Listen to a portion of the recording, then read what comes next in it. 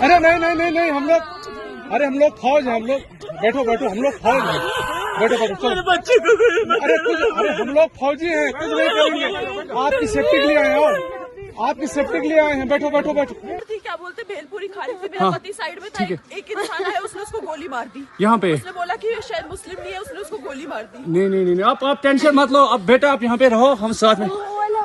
Madam ये जो वहीद साहब है प्रेसिडेंट ऑफ। नमस्कार, आज के कार्यक्रम में हम बात करेंगे कश्मीर के पहलगाम में हुए नरसंहार की, जिसमें पाकिस्तानी आतंकी ने 26 टूरिस्ट की जान ले ली है, दर्जनों घायल हैं।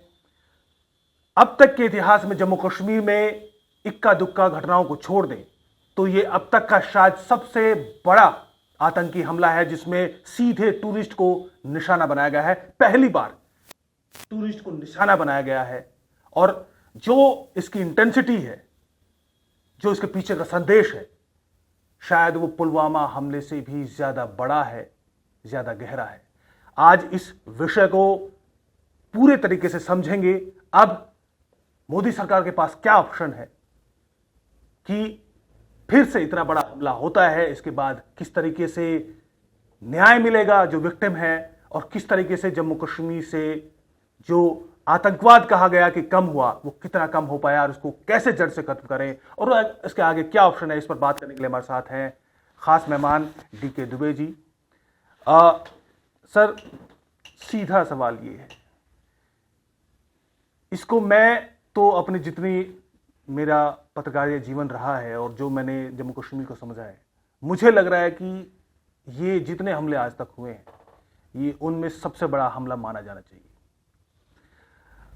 आप क्या संदेश देख रहे हैं इसके पीछे? ये हमला इसलिए बड़ा माना जाना चाहिए क्योंकि इससे पहले लोकल हमले होते थे। ये टूरिज्म पर हमला है, यानी कि जम्मू कश्मीर के पेट पर हमला है।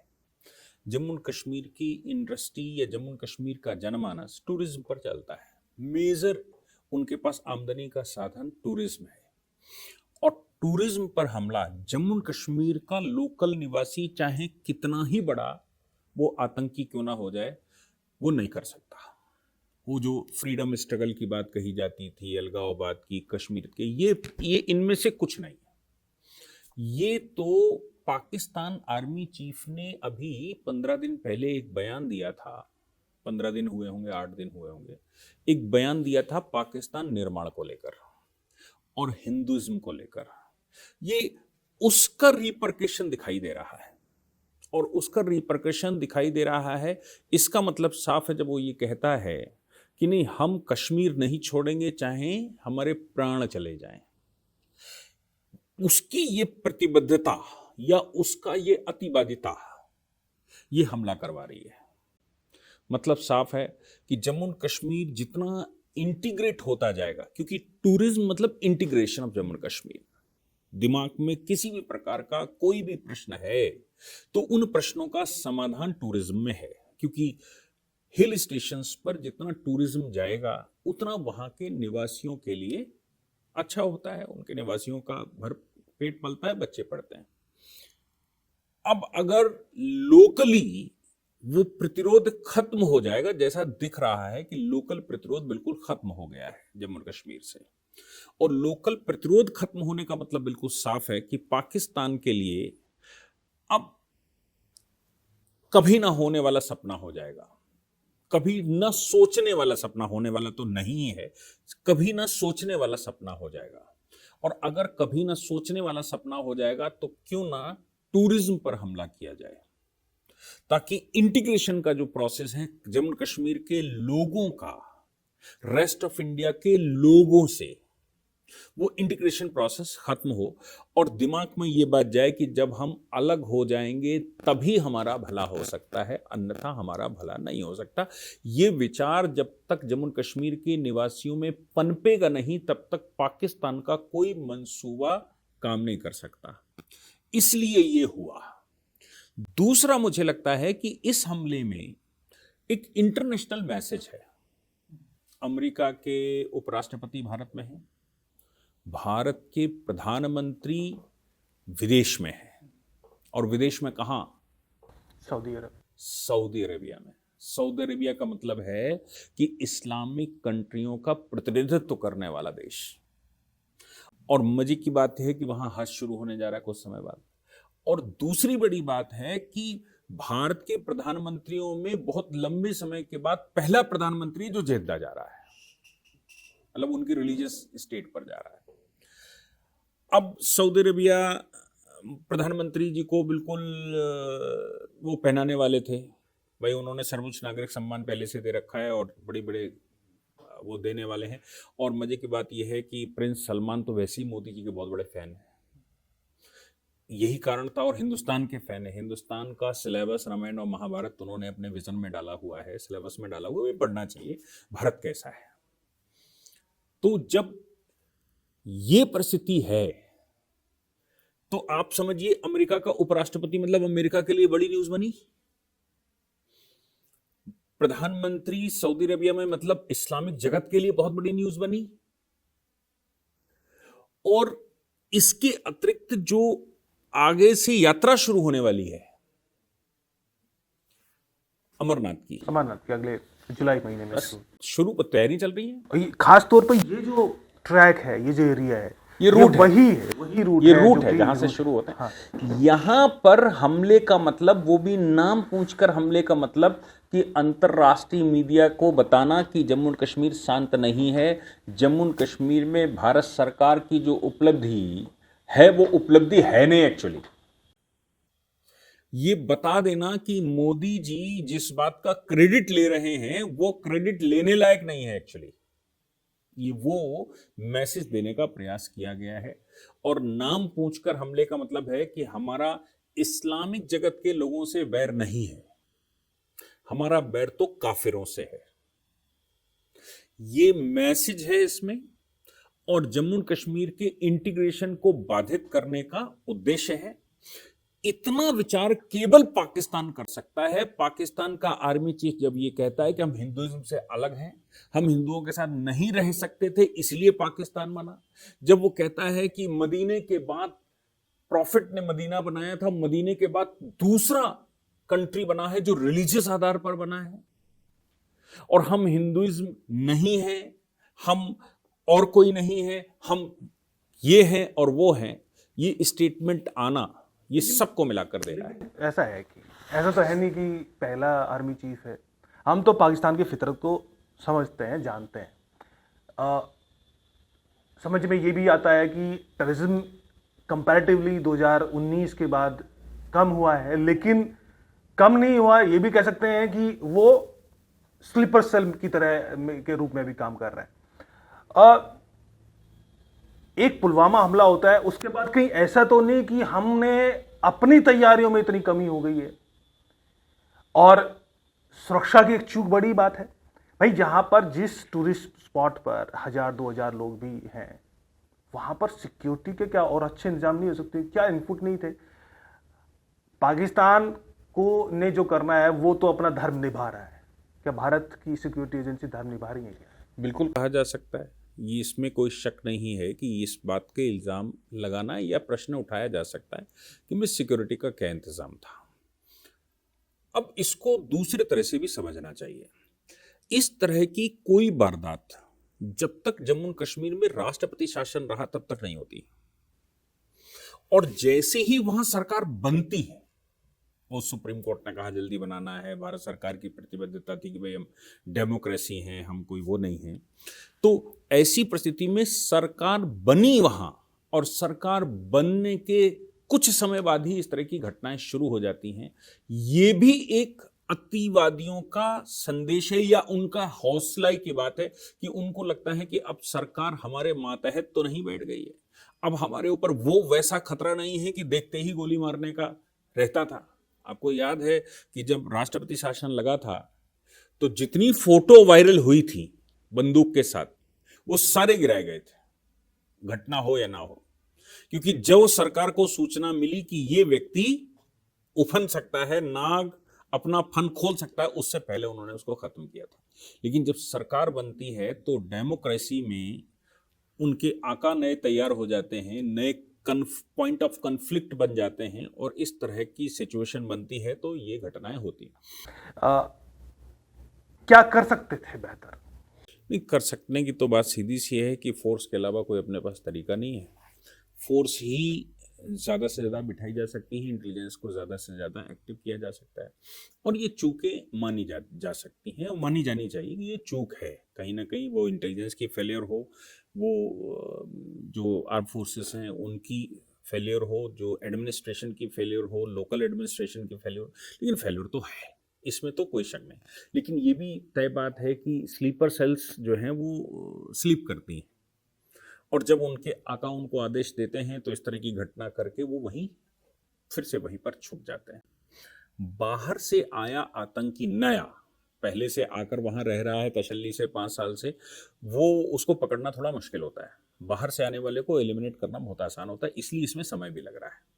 तो मेरा मानना ये है कि ये पहले से प्लान करके लोग यहाँ पर रखे गए प्लानिंग हैं। ज़रूर है, क्योंकि जानकारी थी उनको कि यहाँ पे सिक्योरिटी कम है, जानकारी थी कि इतने लोग जमा होते हैं, टूरिस्ट इतने लोग यहाँ पर आ रहे हैं, जानकारी थी कि कुछ ही मिनटों में इतनी बड़ी वारदात करके किधर भागना है, और हर तरह की जानकारी ऐसा लग रहा है कि बिना लोकल सपोर्ट के तो संभव नहीं है, जब एजेंसियाँ किस तरीके से इसकी जांच आगे बढ़ाती हैं। लेकिन मैं आपका ध्यान कहीं और लाना चाहूँगा। आपने जिक्र किया कि जब नई सरकार बनी, एनसी के ही एक सांसद हैं आगा रहुल्ला, श्रीनगर से सांसद हैं, और पहले तो बड़े खास माने जाते थे, आजकल थोड़ा सा अलग भी बोल रहे हैं उमर अब्दुल्ला से। लेकिन उनकी जो भाषा है वो लगातार वो भाषा बोल रहे हैं जो कि सीधे सीधे अलगाववादी पाकिस्तान की भाषा है। उन्होंने जनवरी में एक पॉडकास्ट में बयान दिया कि ये जो, जब पूछा गया कि टूरिज्म बढ़ रहा है, तो उसने कहा कि ये जो टूरिज्म है ना, ये जो टूरिज्म है दरअसल ये कल्चरल इन्वेजन है, और कल्चरल इन्वेजन का मतलब है कि ये एक तरीके से कश्मीर पर कि कश्मीरियत पर हमला है। तो जब टूरिस्ट को, जो कि वहां जा रहा है पैसे खर्च कर, और इतने आप जान रहे हैं वहां पे होटल्स की क्या किस तरीके का कितना खर्चा है, तो उसके बाद इतनी बड़ी वारदात हो जाती है। ये तो सीधे सीधे जिसको कहीं भाषा और करतूत दोनों अलाइन होते दिख रहे हैं। मैंने आपसे शुरू में ही कहा, जिसको वो कल्चरल इन्वेशन कहते हैं उसको हम इंटीग्रेशन कहते हैं। इंटीग्रेशन का मतलब ही यही है कि मन मिल जाएं और एक स्मूथ वे में सब चलने लगे। ये स्मूथ वे जो है, जो अलगाववादी हैं उनको बर्दाश्त नहीं हो सकता, इसलिए उनके शब्द ऐसे आते हैं कि कल्चरल इन्वेशन है। जब तक वो ये सिद्ध नहीं करेंगे किसी भी कम्युनिटी में कि तुम्हारी एकता तोड़ रहे हैं, तुम्हारी शांति तोड़ रहे हैं, तुम्हारा कल्चर खत्म कर रहे हैं, तुम्हारी जो सद्भावना है वो खत्म कर रहे हैं, तुम्हारे रिलीजन पर हमला है, जब तक इस बात से लोकल लोगों को सेटिस्फाई नहीं किया जाएगा तब तक लोकल व्यक्ति का सपोर्ट तो नहीं मिल सकता। इसलिए इस तरह की भाषा का इस्तेमाल होता है कि वो ये कहना चाहते हैं कि तुम्हारे कल्चर के ऊपर इन्वेशन हो रहा है, ये टूरिज्म। जबकि सत्य ये है कि भारत सरकार पूरी शक्ति से कश्मीर, जम्मू और लद्दाख के टूरिज्म पर शक्ति लगाए हुए, किसी दूसरे प्रदेश पर नहीं लगाए हुए, पूरी शक्ति लगाती। इंटरनेशनली उसको मोदी जी खुद जाकर इंटरनेशनल मंचों पर कश्मीर की महिमा बताते हैं। मतलब साफ है कि सरकार तो पूरी शक्ति से ये चाहती है कि वहां का जो लोकल व्यक्ति है उसका भरण पोषण अच्छे से हो, उसकी जो 70 साल से दुर्दशा की गई है उससे वो बाहर निकले, वो भी देश के नॉर्मल लोगों की तरह ही अपने को आगे बढ़ाए। जो भारत की प्रोग्रेस है उस प्रोग्रेस की हिस्सेदारी जम्मू कश्मीर में भी हो, जो कि एक पिछड़ा हुआ प्रदेश बन गया था कि भारत सरकार अगर उसकी मदद ना करे तो प्रदेश चल नहीं सकता। सरकार ये चाहती है केंद्र की कि ये नॉर्मलसी ऐसी आए कि व्यक्ति को ये बात का एहसास हो कि मैं जम्मू कश्मीर में जन्म मैंने लिया है, मेरा कोई अपराध नहीं है। जम्मू कश्मीर में जन्म लेने का मतलब हम भारत के निवासी हैं और भारत के प्रत्येक नागरिक की तरह मेरे पास भी उतने ही अधिकार है। वो चाहे आर्टिकल 35 कैपिटल ए खत्म करके किया गया हो कि स्वीपर्स को अधिकार देना, महिलाओं को अधिकार देना, जो पाक ऑक्युपाइड जम्मू कश्मीर से लोग आए उनको अधिकार देना, या वेस्ट पाक रिफ्यूजीज को अधिकार देना, या गोरखाओं को अधिकार देना, ये सब अधिकार दिए जा रहे हैं इक्वेलिटी के लिए, कि प्रत्येक व्यक्ति जो वहां निवास करता है, प्रत्येक व्यक्ति को एहसास हो कि मेरे साथ कोई भेदभाव नहीं है। मैं बहुत लोगों से जम्मू कश्मीर के मिला हूं, कश्मीर का व्यक्ति सबसे पहली बात कहता है मेरे पास आमदनी का साधन नहीं है। अब ये टूरिज्म उसका मुख्य साधन है, जिसमें हींग और फिटकरी कुछ लगनी नहीं है। उसको शिकारा खोल देना है और उसको पास पैसा आना है, उसको कुछ करना नहीं, कोई प्रोडक्शन नहीं करना, कुछ बेचना नहीं है, उसको कहीं कुछ ट्रांसफर नहीं करना है। ये उसके दिमाग में आ जाए कि नहीं, हमारा विकास इस टूरिज्म से है और ये लोग हमारे लिए आए हैं। सरकार भी प्रयास कर रही है और वो भी, लेकिन अब ये चाहे पाकिस्तान कहे, चाहे श्रीनगर के सांसद कहें, चाहे उनका कोई और पॉलिटिकल व्यक्ति कहे, ये सब कुछ वही है कि जितना जम्मू कश्मीर में समृद्धता आएगी, इनके सबके जो ख्याली पुलाव हैं वो सब शांत हो जाएंगे और भविष्य में जो अलगाववाद के आधार पर राजनीति करना चाहते हैं, उनकी राजनीति पनप नहीं सकती। इसलिए इस तरह का स्टेटमेंट आता है। घटना हो गई, इतनी बड़ी घटना हो गई। अब सवाल, सबसे बड़ा प्रश्न ये है कि अब सरकार क्या कर सकती है, क्योंकि ये जैसा पुलवामा के बाद जो एक देश भर में जो कंसेंसस बना था और जो गुस्सा था, और जो मुझे लग रहा है कि वो स्थिति आज फिर से है कि 5 साल बाद, 6 साल बाद फिर से वही देखना पड़ रहा है कि अब हम क्या करेंगे। वो अंतिम निर्णय, वो अंतिम चोट, वो अंतिम प्रहार जो है, वो क्या हो सकता है? देखिए, मेरी व्यक्तिगत अपनी बात है, वो ये है कि ये सारी गतिविधियां पाक ऑक्युपाइड जम्मू कश्मीर से चलती हैं मोस्टली। उन्होंने उसको सेफ इसलिए रखा है क्योंकि वो सारी गतिविधियां वहां से चलाते हैं। और दूसरी बात यह है कि पाक ऑक्युपाइड जम्मू कश्मीर के अंदर जो स्वतंत्रता का आंदोलन चल रहा है, भारत के साथ मिलने का आंदोलन चल रहा है, वो दोनों ही परिस्थिति पाकिस्तान के लिए ठीक नहीं है। इसलिए पाकिस्तान जब ऐसा करता है तो हमारे लिए जेनेसिस पर, इस रोग की जड़ पर वार करना जरूरी है। हमने एयर स्ट्राइक करके करा, हमने सर्जिकल स्ट्राइक करके किया, हमने बोथ स्ट्राइक भी करी थी दिवाली के टाइम पर, हमने बोथ स्ट्राइक करके किया। अब वो उस समय की परिस्थितियों में कभी गलवान हो गया, तो कभी किसान मूवमेंट आ गया, तो कभी सीए मूवमेंट आ गया, वो अलग बात है। अन्यथा पाक ऑक्युपाइड जम्मू कश्मीर तो भारत में आना ही था और भारत सरकार की प्रतिबद्धता है, संसद का ऐलान है और आज की सरकार की प्रतिबद्धता है। लगातार विदेश मंत्री कह रहा है कि भाई देखो, आखिरी सोल्यूशन तो ये है कि पाक ऑक्युपाइड जम्मू कश्मीर हमारा है, हमारे पास वापस है, और वार्ता जो होनी है वो उसी पर होनी है। इसलिए वो फाइनल टारगेट जब तक नहीं अचीव होगा, तब तक मुझे लगता है इस तरह की समस्याएं आती रहेंगी समय बे समय। दूसरा ये है कि इस समय जो मैं सोच पा रहा हूं, सबसे फेवरेबल समय है पाक ऑक्युपाइड जम्मू कश्मीर को वापस लेने का। सबसे फेवरेबल समय इसलिए क्योंकि बारिश अभी शुरू नहीं हुई है, इसलिए कि मौसम भी अनुमति देता है, इसलिए कि इंटरनेशनल सिनेरियो मोदी जी के पक्ष में है। मोदी जी इस समय वर्ल्ड के एक्सक्लूसिव लीडर्स में से एक हैं, जिनकी बात करना तो छोड़ दीजिए, जिनकी बात कटती नहीं है इस समय। और उसका इलस्ट्रेशन ये था कि हमने जब surgical strike, air strike, both strike जब की थी, तो विश्व के किसी कंट्री ने हमारे अगेंस्ट में नहीं बोला। भाई, डिफेंस हमारा राइट है। तो मुझे लगता है कि इस समय जो उथल पथल देश में कल रात से दिख रही है, जो सूचनाएं आ रही हैं, और जिस प्रकार से गृह मंत्री तत्काल जम्मू कश्मीर के लिए सब कुछ रवाना कर, मतलब बंद करके चले गए, और प्रधानमंत्री अपना दौरा कैंसिल करके भारत आ गए, और आने के बाद तत्काल उन्होंने मतलब प्लेन से उतरे हैं और उतरने के बाद सीधे बैठक में गए। बैठक पहले से तय की गई थी। वो अजीत डोभाल साहब को उन्होंने बुलाया, गृह मंत्रालय को और डिफेंस को, इनको जो जो उसके स्टेक होल्डर्स थे, सबके साथ प्रधानमंत्री ने बैठक की। सिंसियरिटी भारत सरकार की दिखाई दे रही है और संभावनाएं भी दिखाई दे रही है। और जिस प्रकार से पाकिस्तान कर रहा है, वो रोकने का ये साधन भी है। और एक बात निश्चित मानिए, पाक ऑक्युपाइड जम्मू कश्मीर हमारे पास आएगा तो पाकिस्तान के 4 टुकड़े होने स्वाभाविक हैं। जिस दिन पाक ऑक्युपाइड जम्मू एंड कश्मीर हम ले लेंगे उस दिन पाकिस्तान के 4 टुकड़े होंगे, 4 नहीं हुए तो 3 कोई रोक नहीं सकता। वो हम बलूचिस्तान की बात करें, पंजाब की बात करें और सिंध की बात करें। खैबर पख्तूनख्वा ले जाएगा अफगानिस्तान, क्योंकि वो क्लेम करता है कि मेरा है। तो ये 3 पाकिस्तान बनेंगे और ये हिस्सा जो हमारा है ये हमारे पास वापस आएगा।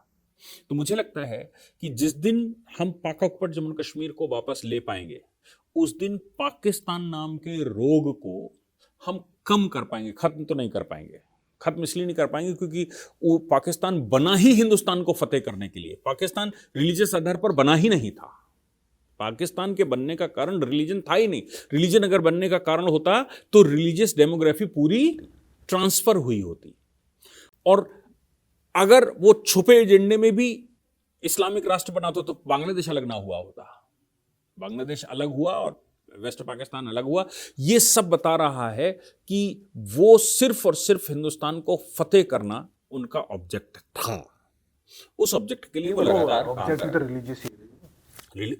रिलीजियस बैकग्राउंड है। देखिए, इस्लाम को बहुत गहराई से समझना चाहिए। 55-56 कंट्रियों की हम बात करते हैं इस्लामिक। 2 ऐसे कोई कंट्री बता दीजिए जिनकी आपस में बहुत अच्छी दोस्ती हो। कोई 2 ऐसे कंट्री, 1-2 होंगे भी, लेकिन मोस्टली कंट्रियों में आपस में चल रहा है टशन।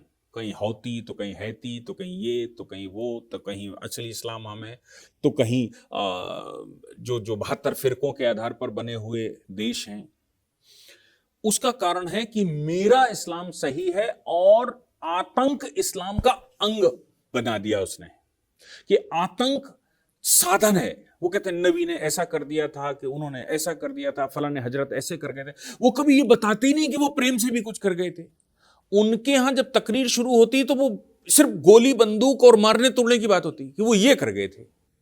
अब वो सही में कर गए थे कि फर्जी बनाकर ये लोग बोलते हैं, लेकिन वो उसको ये समझाते हैं व्यक्ति को कि तुम्हारे लिए तो जन्नत ही प्रथम मार्ग है, यहां तो तुम जीवन खाली पीली बिता रहे हो। असली स्थान तो तब शुरू होगा जब मर जाओगे, शहादत हो जाएगी। जिसका ऑब्जेक्ट ये हो, जिसको ये समझा दिया गया हो और वो सारे आपस में लड़ रहे हो, तो ये तो नहीं कहा जा सकता कि भारत ही केवल उनका टारगेट है। उनका टारगेट तो यूरोप भी है। आज यूरोप परेशान नहीं है क्या? उनका टारगेट तो यूएस भी है। यूएस परेशान नहीं है क्या? उनका टारगेट तो हर एक वो कंट्री है जिस कंट्री में अभी इस्लाम जड़ें बना रहा है, और जिनमें बना चुका है उनके अंदर का कॉन्फ्लिक्ट जो है वो फिरकों के आधार पर है। इसलिए ये तो मतलब ये सोचने से भी परे है ऐसा सोच पाना कि वो केवल भारत को ऐसा करते हैं। और पाकिस्तान ने, जिस समय आपको याद होगा शाह महमूद कुरैशी ने जब 370 हमने डिसॉल्व किया था तो उसने तो ये तक स्टेटमेंट दे दिया था, सऊदी अरेबिया अगर बैठक नहीं बुला रहा तो हम बैठक बुलाएंगे। यही कारण था कि इमरान खान की सरकार की उन्होंने ऐसी तैसी करवा दी थी, और इमरान खान वहाँ चावल लेकर चले आए थे। केवल जो मदद मांगने गए थे तो चावल भेज दिए थे कि भाई इस समय रमजान चल रहा है तो पाकिस्तान के लोग भूखों मर रहे हैं तो चावल ले जाओ। तो उनके मन में और उनकी बुद्धि जिस तरह से भ्रष्ट की गई है उससे तो साफ नजर आता है कि वो उनका उद्देश्य केवल लड़ना है। अब वो शक्ति अर्जित ना होने दीजिए दुष्ट के हाथ में, ये आपका काम है। ट्रंप सरकार या जो रिपब्लिकन वहां बैठते हैं वो सारे कभी अफगानिस्तान टारगेट करते हैं, तो कभी इराक टारगेट करते हैं, तो कभी वो धुरी राष्ट्र बनाकर टारगेट करते हैं। क्या है वो? रिपब्लिकन को यह बात मालूम है कि भविष्य का सबसे बड़ा संसार का खतरा अगर कोई है तो ये एक उन्मादी मानसिकता है।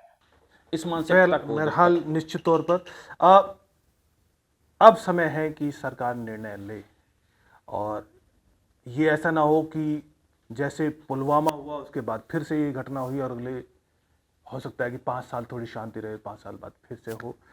बहरहाल अब अंतिम निर्णय लेने का फैसला जो है वो मोदी सरकार का है। आगे जो डेवलपमेंट होगी हम आगे इस पर बात करते रहेंगे। आपका बहुत बहुत धन्यवाद।